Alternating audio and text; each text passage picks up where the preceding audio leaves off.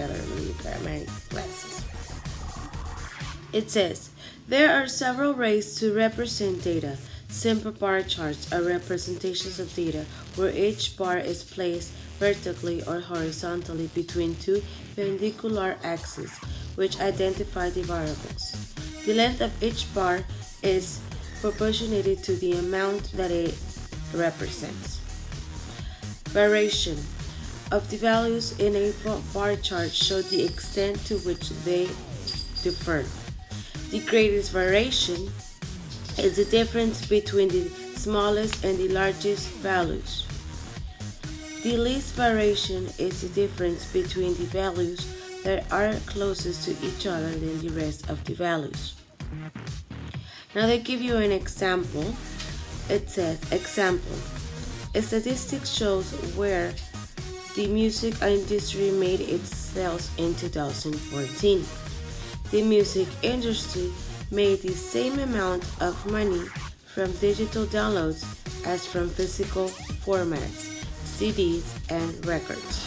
Okay, now let's observe the graph that is underneath the example. This graph uses simple bar charts, okay? The bar charts are the ones that are in blue, okay? This is a way of how you can represent data that you already collected from a survey, okay?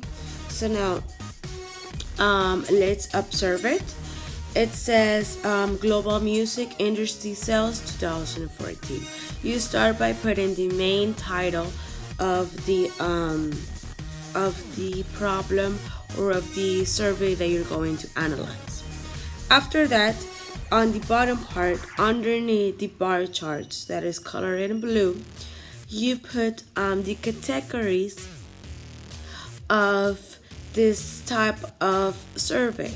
So for the global music industry sales, they focus on different type of categories: on streaming, on physical formats, digital downloads, performances, and advertising or movies. Okay, those are the different ways of music industry.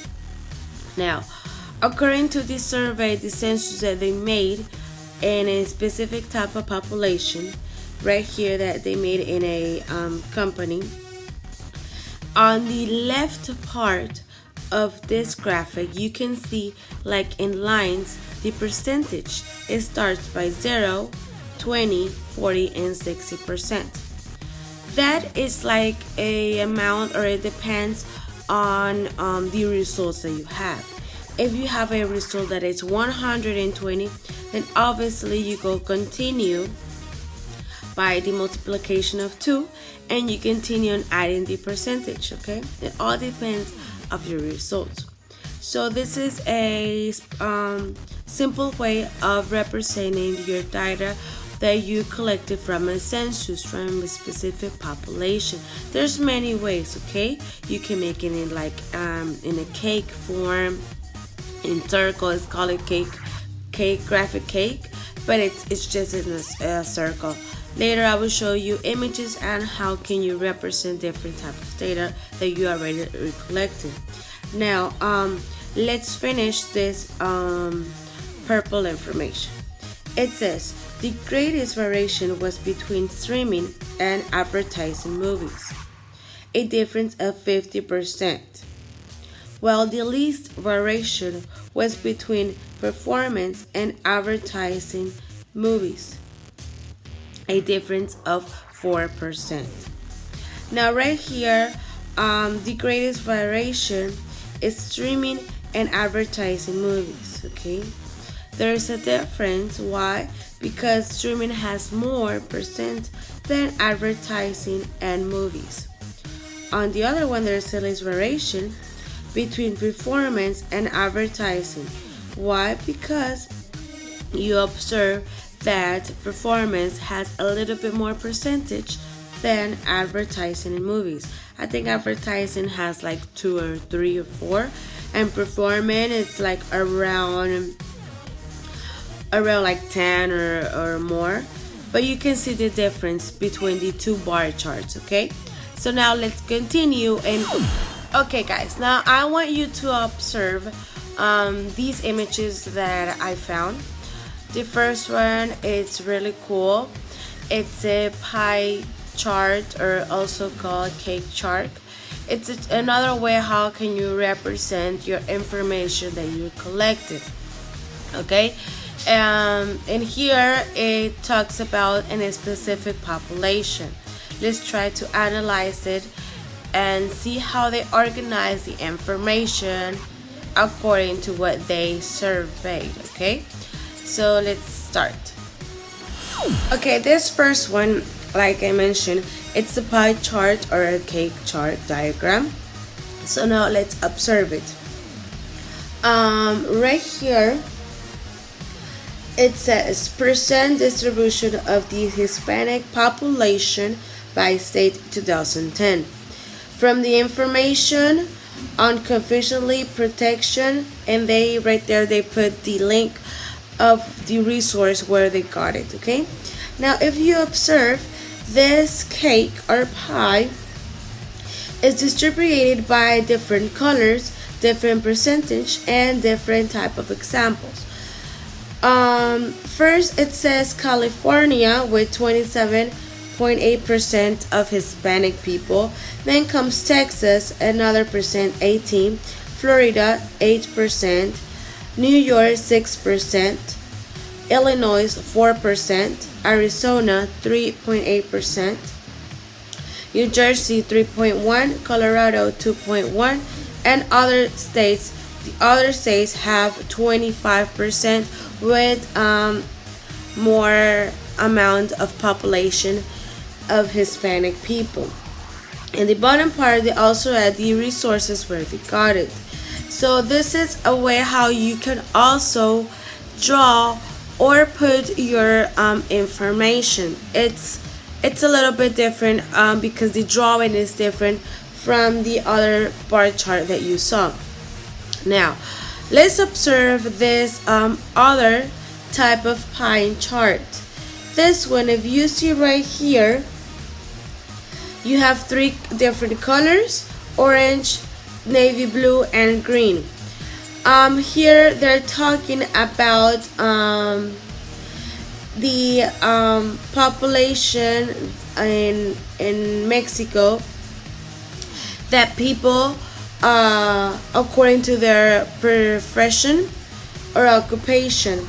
For example, the orange one, A, refers to the women, 15, sorry. Navy blue, men, 30%. And the other one, green, is other people with other different type of profession that is most common, with 55%. Okay, and the percentage and the colors vary depending on different type of data or when they were collected. This is cool, I like it because of the colors. Now let's observe this other one. This other one is fishbone diagram for a result of bar graph.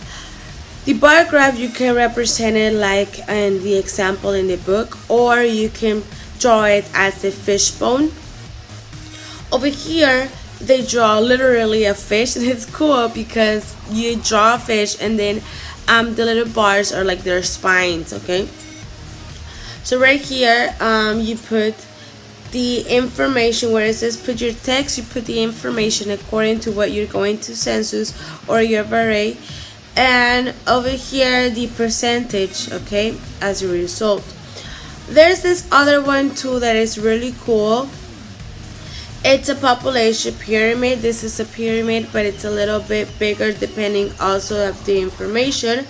Here, this pyramid, they're talking about the population as in 2018 in USA, the males, the men, and the women. Okay, and over here on one side they put the males, and in color blue, and on the other side they put the female in red. Now if you observe next to the blue information, it says ages, so they categorize it by the ages. On the bottom part, it's according to the percentage of the population. So under 5 years old, there's this 0.5% of population specifying on male.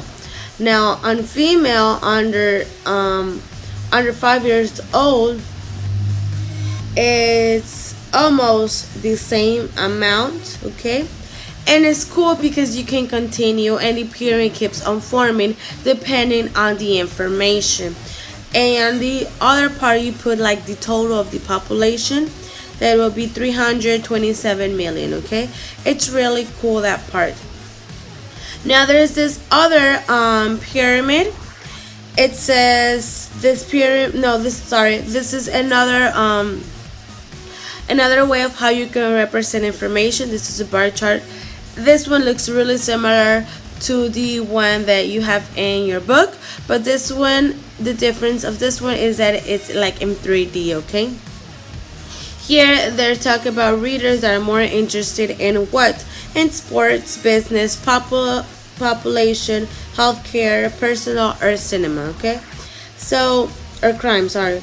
And the example that they used were men and women. You see that the population was general people.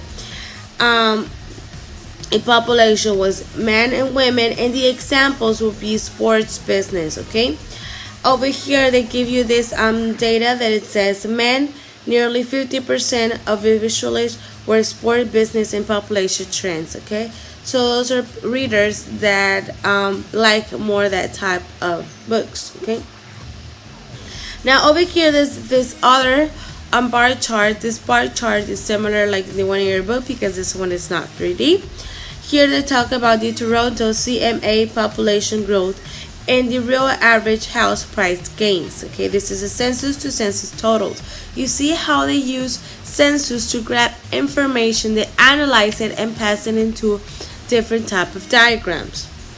This diagram, they give you the sources. Statistics Canada, Toronto, Real Estate Board, Maclean's, and they also use two type of colors. You see that you have to use several colors to identify the samples that they're using. If you're talking about examples, men, women, then change the colors.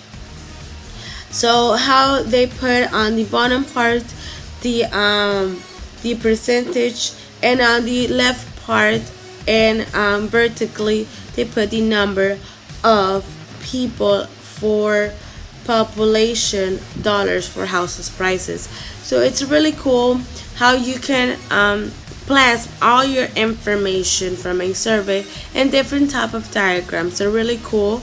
It all depends of the information that you got. Okay, so I hope that you enjoy these images. Now let's start with working with the exercises and trying to do these activities. Okay, they're really easy. I will help you. So let's start. Okay guys, now let's do this. Let's work exercise number 3 and video part 3. Okay, you will find the activity there and the rest. Remember to answer everything in a white sheet of paper or recycled paper if you're using those materials. If you're using an old notebook, that's great too, because it will also help you to do the extra activities there. Now if you have your learning logbook at home, great. Just follow the topic that we're seeing, the activities and the answers right there. You write them down. The extra activities that are for the notebook, I know that you don't have in your house, but well, if you have your learning logbook and you have recycled paper or old notebook, then just only do the extra activities there. Okay, remember to use the correct materials.